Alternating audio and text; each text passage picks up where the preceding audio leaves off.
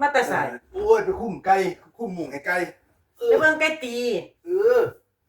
ขอเจ้าเศร้าๆเลี้ยงเลยบอกของหุ้นหวยหลายขอยเห็นเจ้าหันหน้าเขาซุ่มไก่ย่ามไหนนี่ไปอุ้มไก่นี่ขอยสูนหืดๆกระโดดเอา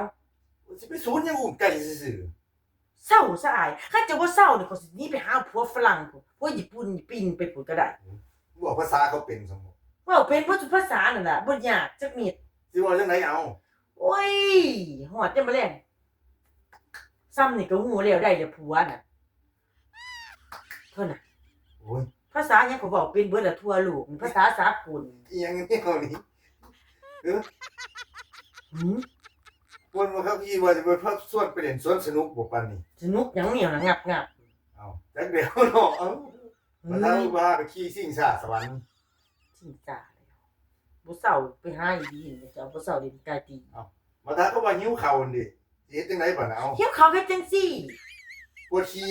บ่สิได้จังซี่อุ๊ยมันบ่ยากดอกเขาเอาได้เบิดทุกประเทศทั่วโลกแล้วก็จะบ่เศร้า มึ เล่ ง น สิใส่แต่ภาษาใบ โล กัน ก บ่ บ่ ยัง รู้ นี่ โอ้ ซ้ำนี่ไปก่อนนี่ก่อนอื่นพื้นฐานนี่ทั่วโลกพุ่น